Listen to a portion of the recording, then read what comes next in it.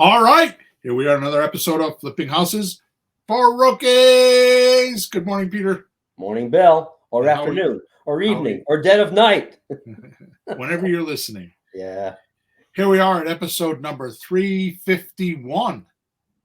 And this is going to be one of my favorites, I decided. You can tell already. Well, this is because it's actually a culmination of a lot of things that I said, but I feel like when I wrote it, I was really concise and easy to understand, and I didn't go off on a tangent. So I think it's going to be cool because of that. So here's the episode name. Top problems for rookies in creative real estate with today's economy. Here's the description. Okay. The world of creative real estate investing can be overwhelming for rookies, particularly in the current economic climate. That's why this episode is dedicated to addressing the top problems that rookies in creative real estate are likely to face, such as how to find good deals, how to evaluate them, and how to fund them, right? In this episode, you will get 30 plus years experience on how to spot the barriers, then how to handle them so you too can start doing good deals and buy your own freedom back. By the end of this episode, all rookies in creative real estate will have a better understanding of the top problems that hold 98% of all of them back from success. And big paydays. Whether you're just starting out in creative real estate investing or looking to brush up on the latest trends and techniques, top problems for rookies in creative real estate with today's economy is an episode you won't want to miss. So you should listen now. Okie doke. Take notes too. All right, so let's do some of our housekeeping first of all. So we broadcast or we live stream this on Thursday mornings at 9:30 a.m. When we record this, we do it. We live stream it to Facebook, Twitter, and YouTube. If you so care to join us, you may do that by going to one of those platforms, typing in "Flipping Houses for Rookies." If you have questions, you can ask questions in the wherever they allow you to type stuff in those different platforms, and I will answer questions pertaining to the podcast only. If you have other questions, you can do one or two things. You can go to I have to sneeze, so hang on a second. Oh my goodness. Hope you don't sneeze like my mother used to. She sneezed for 5 minutes. Yeah, no. You okay? All right. He's back. So one way that you can communicate is in our group of WhatsApp Messenger called Let's Talk Real Estate. There are lots of people in there that are like-minded. You know, Napoleon Hill said in Think and Grow Rich, you should mastermind. That's a great place for you to mastermind. There's a lot of like-minded people in there. Or if you have an individual question for myself or Peter, you can go to flippinghousesforrookies.com. Top right-hand side is a support button. You can go there and click on the support button and send me a support ticket. And I usually get to those every day, every other day, something like that. Lastly, in the description, there's a link. And there's a link in the description that pertains to information for today's podcast. So if I'm talking about stuff, you can go in there and the link is there. And make sure you subscribe to us or like us or give us feedback so we know how you feel about this podcast. We spend about 5 or 6 hours a week developing this podcast so you can get this information for free. And we'd like if you could give us some exchange. It's good for you, good for us. And the way you would do that is by liking us or disliking us or writing a comment or a review and subscribing to us. Okay? Pete, let's start today off with on the right foot for our listeners. Okay. First, I'm going to get something to drink. Sneezing, drinking, I'm a hot mess. So check this out. We're at episode number 351. Yeah. Agreed? What does that mean? That means there's over 350 hours of information, and we've been doing this for 7 years. And 8 years actually. And you know what we've never, ever, never, ever, never, ever, ever, ever, never, ever, ever once have done? Never, ever, ever? Not once, ever, ever, never, never? Ever, never, ever, ever, ever, ever. What? The definition of a rookie. Okay. I'm not sure I want to hear this, but go ahead. Definition of rookie is slang for slang. What is slang? Well, it's not formal English. It's not proper It English. might wind up in a dictionary, but it'll say slang. So it might not last. A few years, a couple of decades, it could be gone, replaced by something else. And it doesn't go back to, I don't know, it might not have a derivation in Old Latin or Greek or anything even. Yeah, so it's a language that consists of words and phrases that are regarded as very informal or more common in speech than writing. Yeah. Right? Mm-hmm. So that is slang. So the rookie is slang for someone who is new at something. Mm-hmm. Does it say if that started in sports? Because I always heard it there. Nope. I thought I heard it there. Nope. No? Its real definition is a new recruit or cadet who has joined something like the Army or the police. Ah, okay. Now that later after that, like you said, I think went into sports. Yeah. But its actual definition is a new recruit or cadet. Oh. That makes sense because I watched a TV show, The Rookie. Yeah. It's a new cops. Yeah. That makes who sense. has joined something like and they said the Army, because I was going to write the military, but it didn't say, when I did my research, it said the Army or police. It was very specific to those two. Mm-hmm. Right. And interestingly enough, the word actually derives from Latin crescere, which is Crescere, crescere, which is to grow. Okay. So the derivation of the word, where it derived from or where it originated, was from Latin crescere, which means to grow. So rookie is to grow. Cool. As in, you got to grow your own. Yeah. That's the example in the dictionary I use. So as in, you got to grow your own. Huh. That's a rookie. Okay. All this makes sense, right? Yeah. Well, especially even that part, grow your own. You're really on your own. Looking around for who's going to help me. Where do I learn? Because you don't go to the rookie school for real estate, right? But this is it to some degree. And we've done a lot of work on that video series on start to finish and all kinds of stuff to make it easier for the rookie because you can feel lost otherwise. So to your point, here's another thought. Grow into what? Yeah. Well, I'm always trying to become a professional personally. I want to become Pete the Pro one of these days. And a professional is somebody who makes money. And I've been making money, so where's my wings? What do you think? What do you say? Here's what I mean.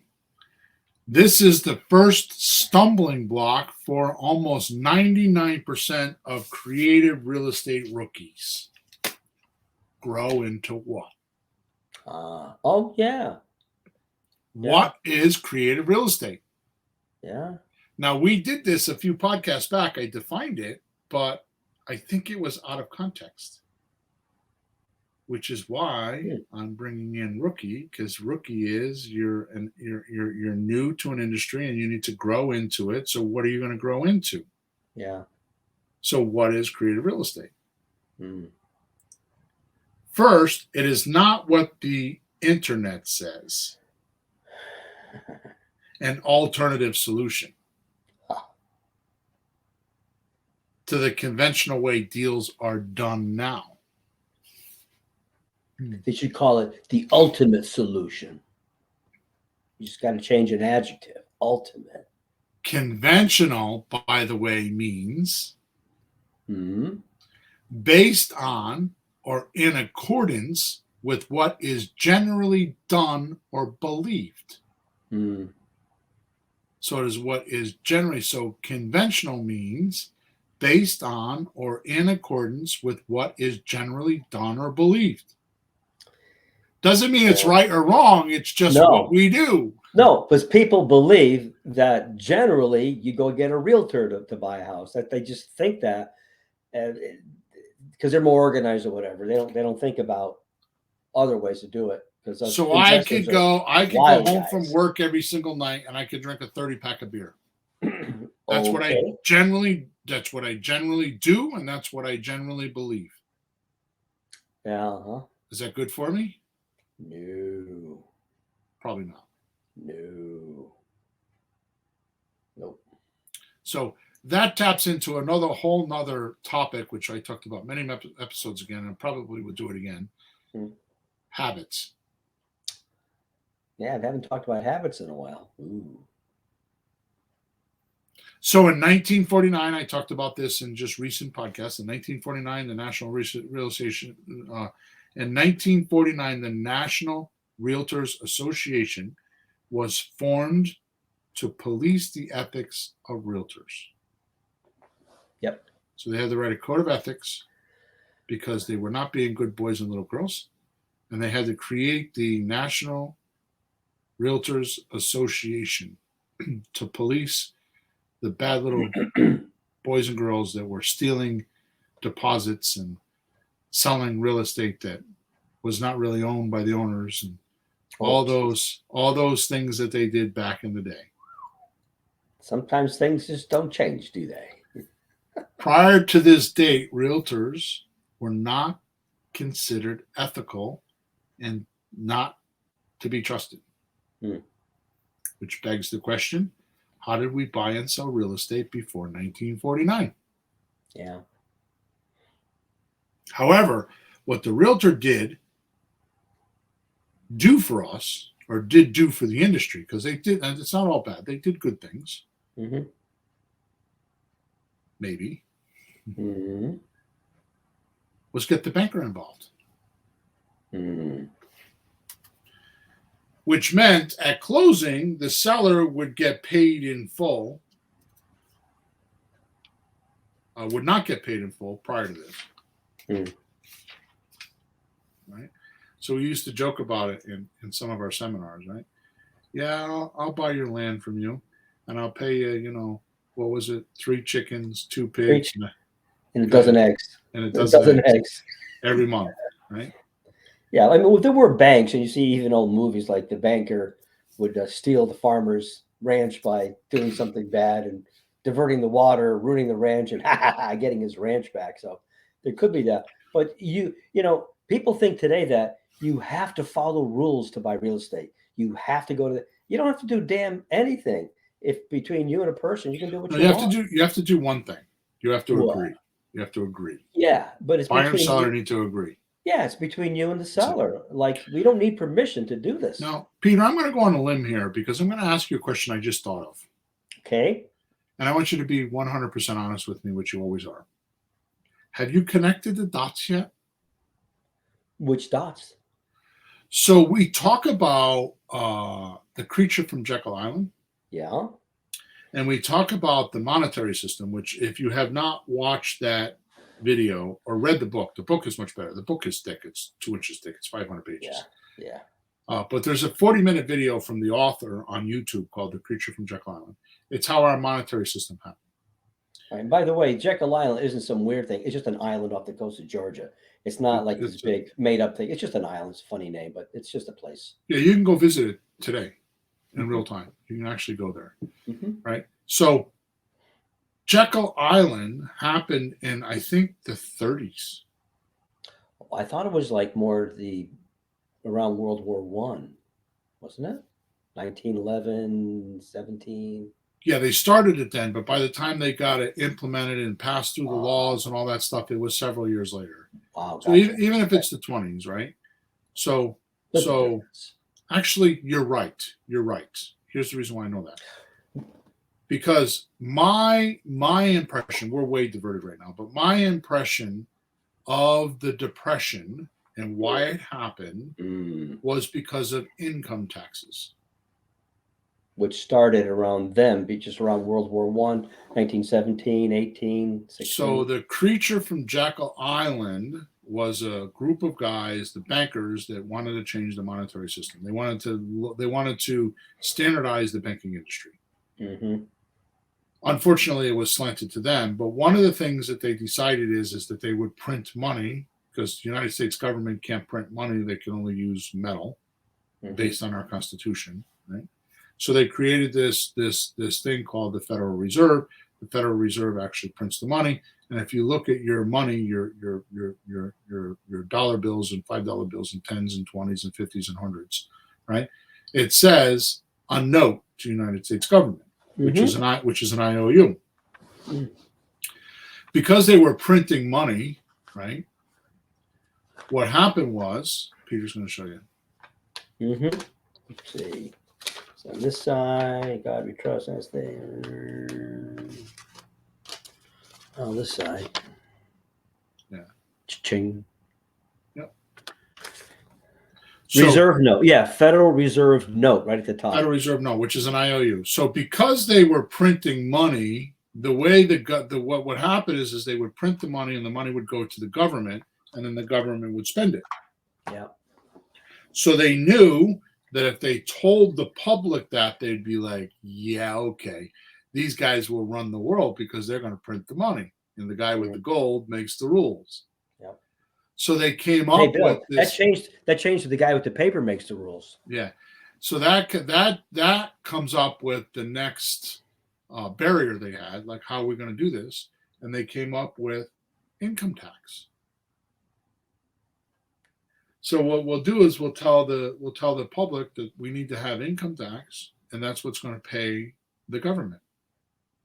So to this day, we have an IRS, an income tax, and sales tax goes to the local state, but income tax is federal. So to this day, most people think that income tax is what pays for the government, and that's what they spend, which is not true, because what the government is really spending is the printed money. So if they print $10 trillion, then the government needs to spend $10 trillion to get it circulated. Yeah. Go watch the creature from Jekyll Island on YouTube. You will be amazed. Right? So my point is that when income tax came about some years later, not many, all these big moguls were not, like the railroads and the lumber companies and oil companies, were not used to paying. So what happened was it started taking about 25 or 30% of their profits, and we ended up with inflation problems. Yeah. And we ended up with the 1929 or 30 stock market crash, which the stock market crash, all it was a run on the bank for their deposit money. Yeah. So one of the things that Creature from Jekyll Island will teach you is that most banks only keep about 10% of the deposited money, because that's all that will go in and out of the bank. And any given day, most people will not, the total consumption that people will go in and take from a bank is not more than 10% than what is deposited. Right. People don't go every day, take all their money out every day. So what happened was in the Depression, there was a rush in the bank because they heard that the banks were getting wobbly. So too many people went to the bank to try to get their money out, and there wasn't enough cash to do it. Yeah. And that was the Depression, right? Yeah. Reference It's a Wonderful Life. Yeah. Jimmy Stewart. Just go watch that if you need to see an example of how it works. There's a little bit after these days. So, well, my point that I'm trying to make here, and I'm spending too much time on it, is if you look at that timeline, right? So in that, and we'll say the 30s, 1920s to 1930s, banks become prominent. Yeah. Now, by the time we get into the 40s and the 50s, banks are trying to do business because they're big banks now. They're national banks now, right? They're starting to grow. In the 50s was when all the fast food came about. That's when all McDonald's and Burger Wendy's and King. Burger King and all the big chains came about, right? Mhm. So the fad back then in the 40s and 50s was go national. That's how you became wealthy. So Yep. banks were trying to do the same thing. So when I say the realtors brought the banks to the table, it was in unison with the way history was going. And they realized one of the best things that banks could do is lend money on real estate because real estate doesn't move. Yeah. And they can lend money and over the 30-year period make 2.5 times their lend. So if they lend Big, you 100,000, you pay 30 years, you pay 250,000 or more. a big long loan. Yeah. And they pushed that. My son worked at a bank as a teller. They pushed him every day to sell loans. He's a Right. bank teller. They really want the loans. Right. So now most transactions were done without banks prior to that.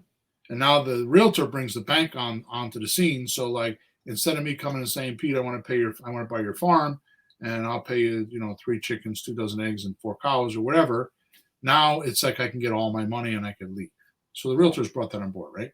So here's another little unknown fact, which brings out the true definition of creative real estate. See, when the banker got involved, it was all about the property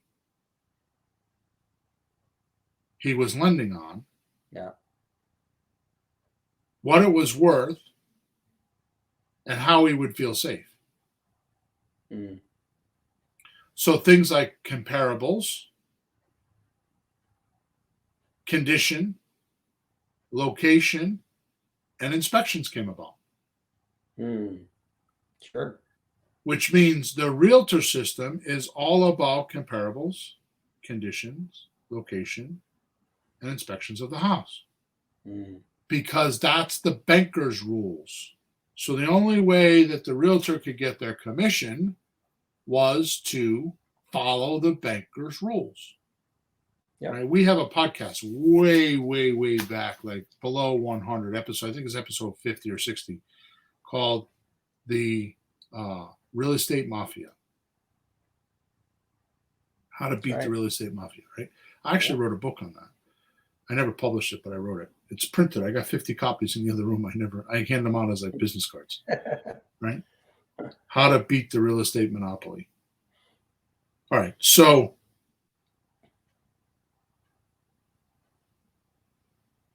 the realtor system, I want to make the point is all about the edifice. Edifice is the house, the legal term for the house. Mm-hmm. So it's about the real property, right?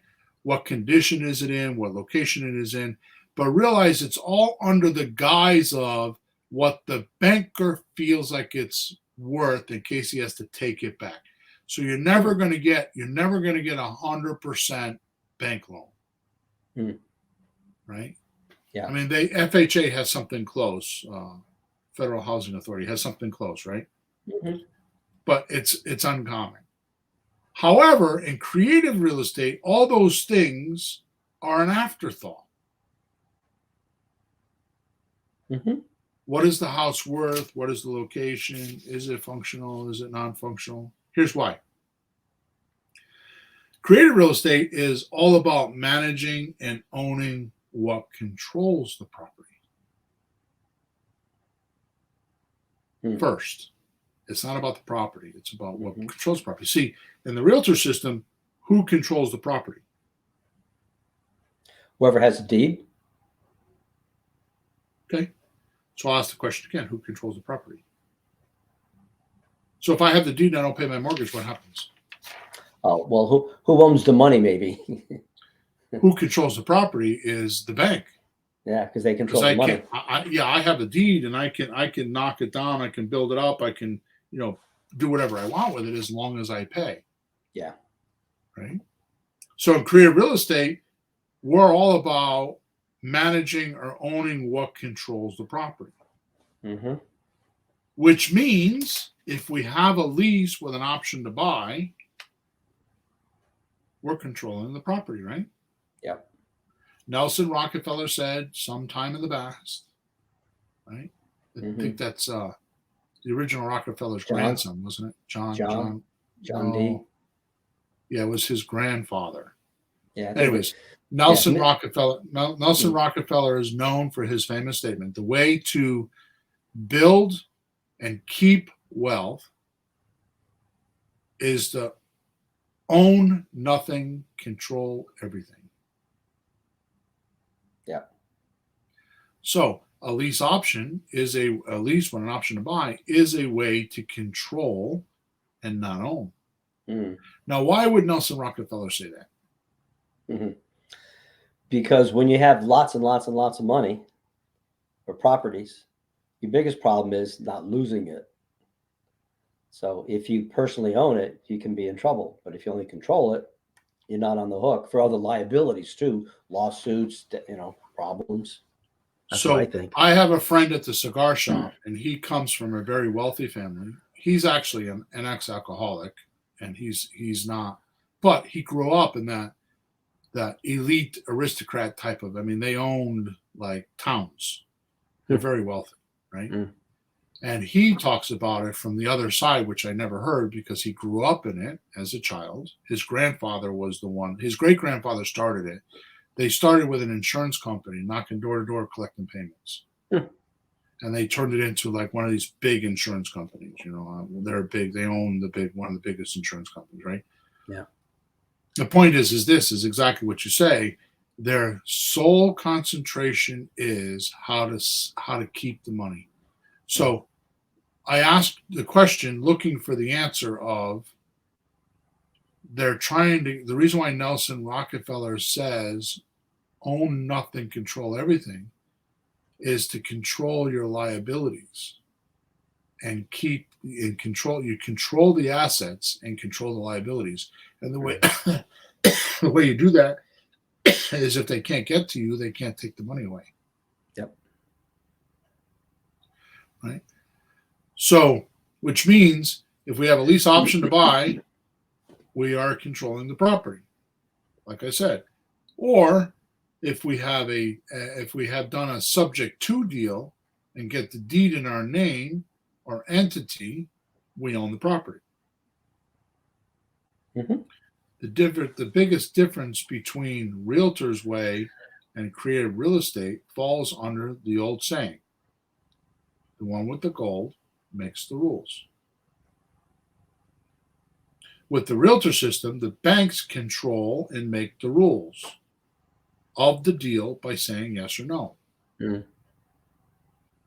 But if you learn and use creative real estate the way we do, or the oldest ways on planet Earth to do real estate transactions, then you hold the gold and make all the rules and say yes or no. And these deals can be easily known,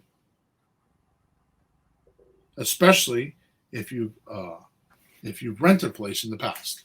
So in other words, these deals, the creative real estate can be done without a lot of effort. I mean, if you've rented a place in the past and had a landlord, right? Yeah, you signed a lease. You're 90% of the way there. Right? All you need to know is how to turn that transaction from a liability to an asset. So normally when you rent, well, let's define a liability and an asset. Yeah. So very simply, Kiyosaki language. Asset brings you money, liability costs you money. Just that simple. Yep. Asset brings you money, liability costs you money. So most people think that their house that they live in is an asset. It's really not, because it costs them money. It doesn't make them money. Your car you think is an asset. It's not. It costs you money. It doesn't bring you money. So I know that I personally have a disease.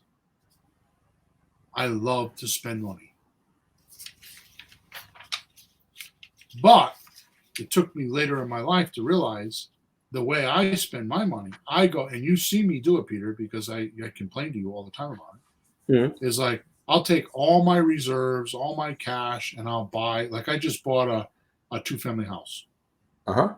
And I could have borrowed money. I needed 30 grand. I could have borrowed money. But instead, instead of taking it from places I shouldn't take it, I just like, instead of doing a renovation in 3 weeks, I did it over 3 months. And I just took my earnings and I just paid that money. Mm. So yeah, for 3 months I was broke as hell. I was cash poor, Mm-hmm.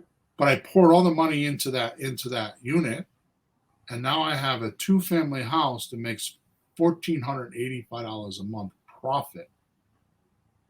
So my 30 grand, I took over a mortgage, subject to. My 30 grand is now, I didn't do the math. Let me do the math. Hang on a second. Mm-hmm. 1485 times 12 is 17,820 divided by 30,000. I have a 59% return on my 30,000 the first year. Yeah. The second year it goes to 100. Mm-hmm. That's what creative real estate does. Now I'm not supposed to be using my own cash because that's what I teach. But after a while, when you have cash, you have to use it. You have to employ it. Yeah. Well, instead of having to sit there, if you borrowed that, you'd lose 7, 8, 9, 10%. So you saved money doing that. Right? Yep. So just what you're talking about, $2,000 a year. 2,700 a year. Mm. Right? So divided by 12. So that's exactly what I'm talking about. So I poured it into the asset. I took the 30,000 and I put it in the asset, and I get a 59% return on my 30,000. Right? Yeah. If I borrowed that money from a private lender, it would be a liability of $225 a month. Now, would it matter because I'm making $1,485 in the house? So instead, I would make $1,200. Mm. Would it matter? No. But my business plan is to retire, because I'm 59, to retire. Not physically retire, but just to retire and never, someday just have enough property and have it all paid off, and that's my legacy to my family, right? So I don't want to have the balloon note in 5 years to have to pay the $30,000. Yeah. Now, I could do an amortization and all that, but I thought it was easier because I was able to do it, right?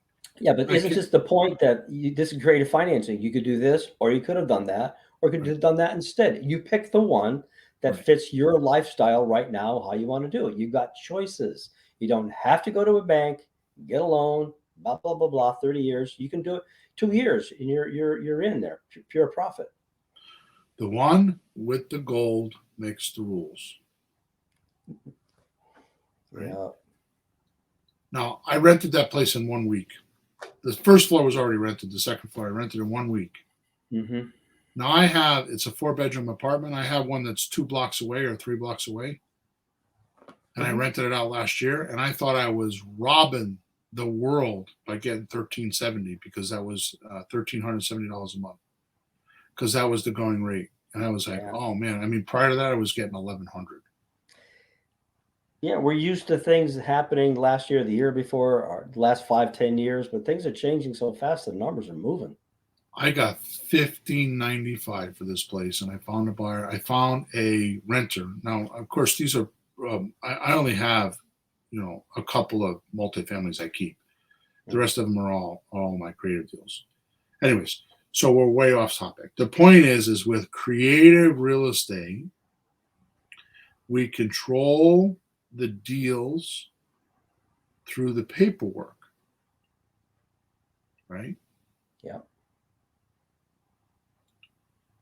And that's how we do the deals. So the difference between real estate and creative real estate is the bankers make the rules and you have to follow them, which is very, very difficult because they have a lot of illogical, nonsensical, weird things that flip on a quarter, flip on a dime, right?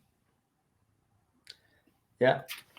I'm in the middle of doing some refinancing on a little home equity line of credit. I have two credit unions going back and forth, refinancing because the interest rate went up. And 3 weeks later, they come back to me. I'm not even going to tell the story.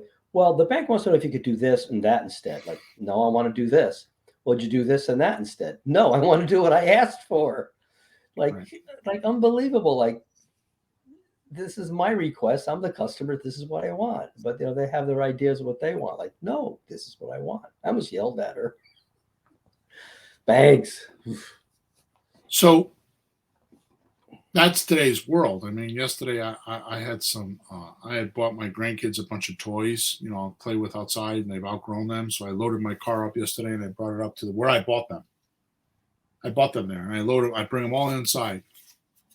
The girl says to me, "Smells like smoke." I'm like, "No, that's me." I said, "I stink like smoke because I smoke a cigar." "Oh, well, we can't accept any of these toys," she says. You'll have to get them out of the store.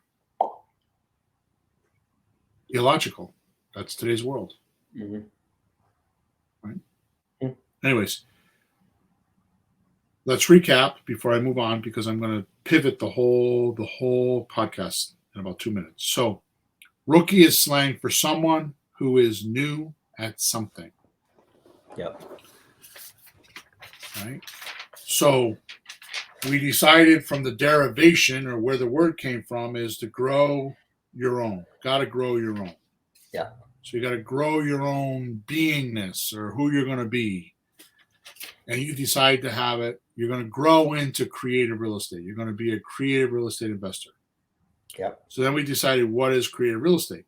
And we just talked about creative real estate is the ability to buy and sell or control the paper that controls the property. Right? Mm-hmm. So you're going to buy and sell lease options. You're going to buy and sell subject twos. You're going to buy and sell land contracts. You're going to buy and sell owner financing, right? All the things that are non-bank related. Mm-hmm. Even subject to, you're going to take the slang subject to is you're buying the property subject to the underlying mortgage, whatever the rules are. Right. You're assuming those responsibilities. Mm-hmm. So there's a difference. So when we are, as creative real estate investors, buying and selling, what we're looking for is motivation. We're looking for a motivated seller that is willing to take monthly payments so we can pay them off or give us some sort of a discount. Mm-hmm. Right?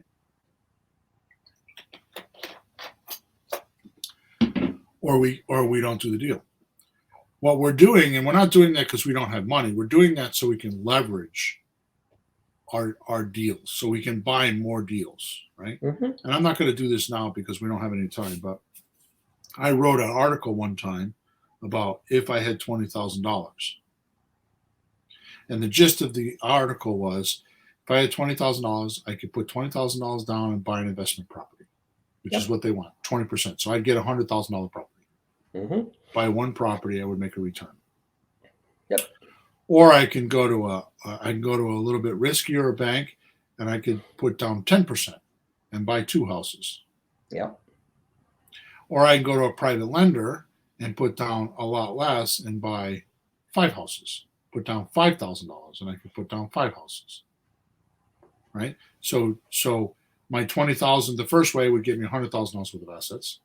The second way, I put down 20%.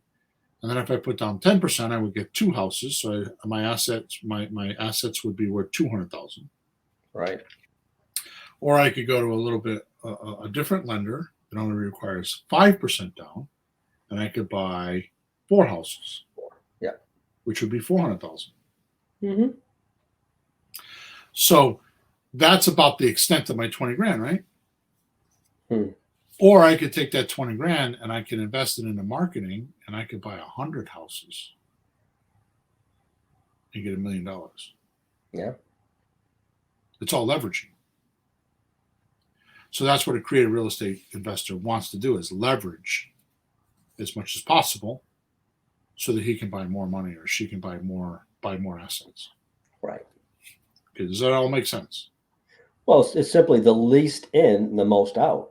Right. Well, my statement is that real estate. Thank you. I should have wrote that down. Thank you for reminding me. That. My statement about real estate is real estate is made to take money out of, not put money into. Yep. And that's what it's made for. So okay, yeah, I good. love an old finance deal. You put nothing in. Yeah. I've done it myself. It's a little condo, nothing in, and you don't even pay rent or any payments for a couple of months. Then you start paying from the rent you make. So it's money made out of thin air. So interestingly enough, you say that because podcast number 352, which is the one after this, is called Bad Deals versus Gargantuan Deals in Creative Real Estate. Mm-hmm. What's the difference? It's like digging in the dirt and finding gold. What's it cost you to dig in the dirt? All right, good. So let's shift gears a little bit. Now that we have a clear understanding, hopefully, of what a rookie is and what creative real estate is, right? Let's go over the common problems or barriers that hold back most from success. Mm-hmm. Number one, I believe there's 7 of them. Number one, you don't know how to find qualified leads comfortably and quickly for deals. Yeah. When I first started in sales, I self-taught myself a lot. I went to a company that I owned a gas station auto repair facility for 25 years. I bought some consulting from a company in California. I later sold the gas station, ended up going to work for 6 years. It's the only time in 40 years I worked for somebody. I worked for them for 6 years. And we sold consulting for automotive repair shops. Now I had been a client and I had been through their system. I had owned the garage. So I had a lot of, they could, when I called the company in California, I said to the receptionist, I'd like to speak to whoever's in charge of the seminar guys, right? Which was called the tours. And I don't know who they are or what they are, but I'm calling because I want to come to work for them. And if they talk to me for 5 minutes, they will hire me, guaranteed. Mm-hmm. And they called me back 15 minutes later, and an hour later they hired me. Mm-hmm. Because I was their perfect. I had owned a shop for 25 years. I had gone through their system. I knew their entire system, and I excelled. Yeah. So my point in saying that is, when I got into this company, there was one guy. There was 5 or 6 salesmen. There was one guy that was like above and beyond everybody else in sales. Took me a year to figure it out. But you know what made him number one? And I found this to be the truth everywhere in any sales guy. This is the reason why they're number one. Yeah. They've learned to qualify. So they know who to talk to and who not to talk to. So what they do is they've come up with their own qualification system on whether somebody's worth their time or not. Mm-hmm. Rookies don't do that. Mm-hmm. They don't know how to find qualified leads. Not leads. Not leads. Qualified leads. Mm-hmm. Comfortably. Mm-hmm. And now you said it most, because I keep using your time. With our new script, it takes 4 minutes, 51 seconds to find out what, Peter? If they're qualified or not. Right. You told me point blank in 4 minutes and 51 seconds, because you timed yourself.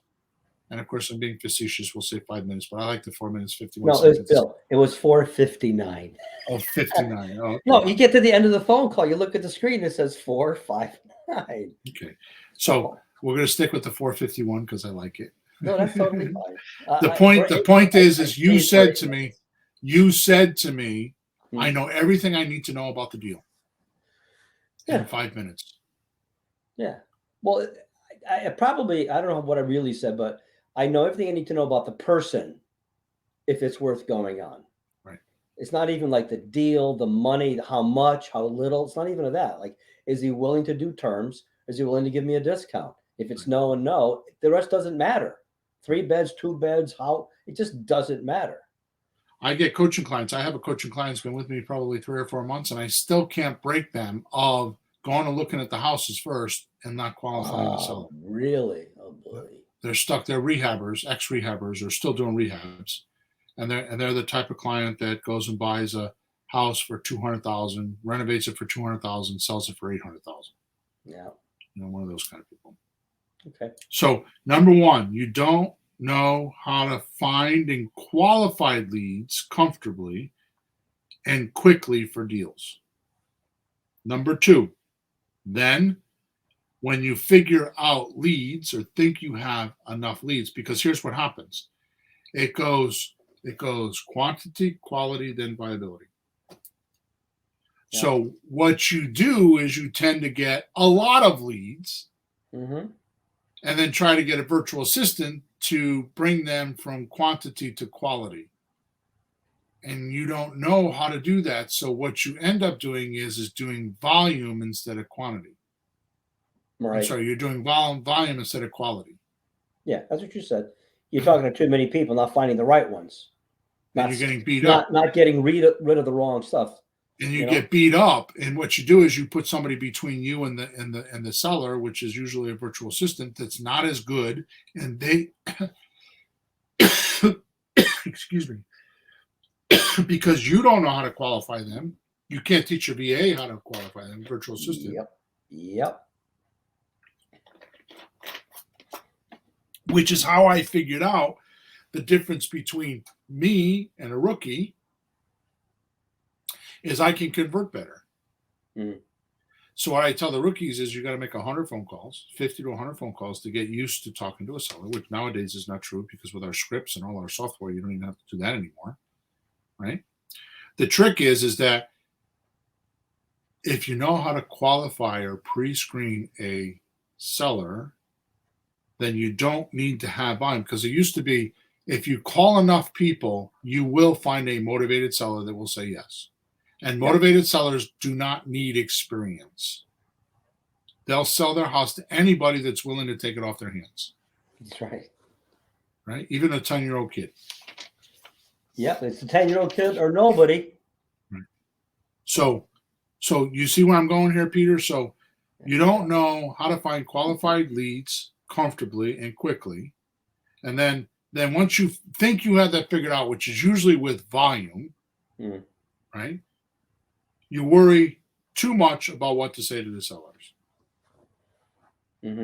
So now you feel like you have enough leads. You go from I don't have enough. Now you have 100 leads in your system somewhere, and you need to get through them and find out who. So now you're like, what do I say to them? Yeah. Then you'll go online or get a guy like me, or you'll go to my free stuff page and think that you found a gold mine because I gave you some scripts, and you think, oh my God, you're the cat's ass, and okay, we're all set with scripts now. So we found leads and we have scripts and we're ready to go. Yep. Once you find some comfortable scripts, in other words, what did I say there? What did I just say? You found what kind of scripts? Comfortable. Oh, what does that mean? Something that agrees with what you think. Not that they work, not that they produce, not that you know that they're good. They're comfortable for your personality. Yeah. Once you find some comfortable scripts, deal structuring becomes the barrier. Yeah. And you spend months, years, decades studying how to do it. As a rookie.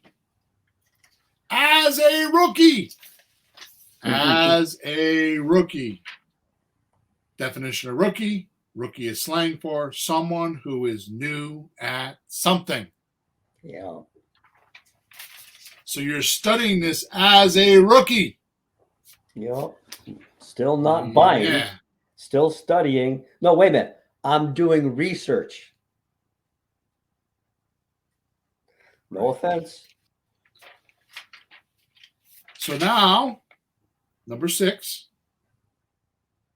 That's not correct. What am I doing here? Where were you? 4? I was on 3. Yeah, 4 is next. Oh, I numbered them wrong. So there aren't 7. 4, 5. Yeah, you had 5 yesterday. The last time I talked to you. Yeah, okay. 5? So number 4, yeah, it's 5. I numbered them wrong. So number 4 Now that you feel you have some control or understanding of finding leads, knowing what to say, and structuring the deal, Mm-hmm. you now start to worry about paperwork and legal documents, Yep. like which ones to use. Mm. Are they legal, especially in my state? Mm. So, like, you'll go buy my documents, and the first question I get is, are they legal in my state? Sure. And how do you fill them out correctly so it doesn't come back and bite you in the ass when things or if things go bad? Yep. You worry about that next. Oh yeah, if it's written down on a piece of paper, uh-oh. Must It's be signed. must be executable by court, right? Yeah, it's signed by Paul, you, the other people. You don't want to mess around with that. Right. Okay. How am I doing so far? Pretty good. Yeah, we've talked about all these things separately, but about a week ago, you threw them at me like 1, 2, 3, 4, 5. Wow, that's about right. Yeah. And you hadn't talked about it, so I'm glad you're going over that today. It really puts the big mess of what should I do? Why am I failing? What do I fix first? You got it in sequence. So fix the first one, fix the second one, get the third one. This is the growth of a creative real estate investor. So we defined what is a rookie. Mm. We told you what is creative real estate, and here is the 5 steps you need to go through and master. And oh yeah, by the way, it's cyclical. So you go through it on one deal Mm. and then go back through it on another deal. And then someone like me has gone through it 100 times and you still are hundreds of times and you're still learning from it. It doesn't Right. end. It doesn't end. Yeah, but at least you after a good batch of it, you get the general flow of how things go, and you can adjust when there's little changes here and there. Remember I remember one time we were in a car and I told you until you've done 5 deals, you're nothing. 10 Yeah, deals, something like 10 deals, then you start to catch on. yeah, And until you do about 50 deals, you really don't know what you're doing. yeah, yeah. You're constantly, and what I meant by that is you're constantly confronted with surprises. Hmm. See, to me, the definition, and I got to go back to this because we're almost done. The definition of a good executive, a good executive. I got to get this right. I got to get the right language here. Hang on one second. Is you have to spot the indicators of a situation early. We're used to making $10,000 a week, but this week we only made $9,500. Hmm. That's an indicator that something changed, something's wrong, something's not correct. Yeah, And if you catch it right then, you could fix it. Instead of next week, we only did 9,000, then 8,500 until you get down to the point where you need $4,000 hard money to make payroll, and you only have 2,500. mm-hmm. So a good executive catches the indicators quick, early on. Yeah. Okay. Mm. So that's what these 5 points are, is those indicators. How good are we? It's a way of measuring. If you're going to use statistic, these are the 5 statistics you would use. Mm-hmm. Okay, so now we got to go to number 5. So number 1, let's just recap. Number 1 is how to find leads quickly and comfortably, qualified leads. Yeah. Then the scripts, what to say, right? Yeah. Then once you figure out the scripts, you worry about It's a deal deal structuring, structure. which Yeah. deals to do. Then you worry about the paperwork, Mm-hmm. and then the one that should really be number 1, but I had to put it in number 5 so you would understand it. Mm-hmm. In final, rookies always, always, always, always, always agonize about being able to sell the property. Yeah. And not get stuck with it and all the problems. that a motivated seller has. Yeah. So you become the motivated seller, Yeah, right. right? Which means you have unwanted mortgage payments, unwanted utilities to pay, unwanted maintenance and repairs, and unwanted attention and headaches with a vacant property. And don't forget squirrels. Squirrels, yeah. Rodents. Yes, sometimes. Hey, Bill, would there be like a subset of little steps on the selling part, like 1, 2, 3, 4, 5, that would, like, as a subset, fit under selling, like finding leads for that? And Oh yeah, you know, yeah. No, this I don't even know what to say. I'm stumbling. We never, ever, ever, ever, ever, never, ever, ever talk about selling a house. When if you started with how do you sell a house and reverse engineered it and went backwards, you would never worry about buying a house, because if you knew how you could sell a house and how much you want, which is what I'm telling you, number 5 is actually number 0, because you don't make calls because you're worried about it, you might pay too much, or you don't know enough, and you make all these excuses and do all this research because you don't want to get burned, when really it's the 5th step, but you think it's the first step, but you're a rookie and you don't know. yeah, Right? Remember I used to tell you, if it takes 10 steps to get through a deal, the first time you might get to the first 2, and then the deal falls apart. The second time, maybe to 4, and then it falls apart. The third time, maybe to 7, and it falls apart. But you got to do all 10 steps before you understand it. This is it. This is what I'm talking about. Okay. You just keep, you learn the first step, you get through that, you make it to the next one, et cetera, et cetera, et cetera. Well, at least you have it like in a sequence this way. Right. So you don't want to turn into a motivated seller like what you're trying to help your sellers with. So are we going to do a podcast on how to sell houses? We have. Maybe we could do more of those. Okay. Keep people from being nervous. Okay, so let me read what I have here. So thus turning you into a motivated seller, which is the core reason you don't pull the trigger and even have major fear of calling sellers. Yeah. And that puts the wooden stake in the heart of a rookie's dreams of doing creative real estate. Those 5 points. The last one being the major of them all.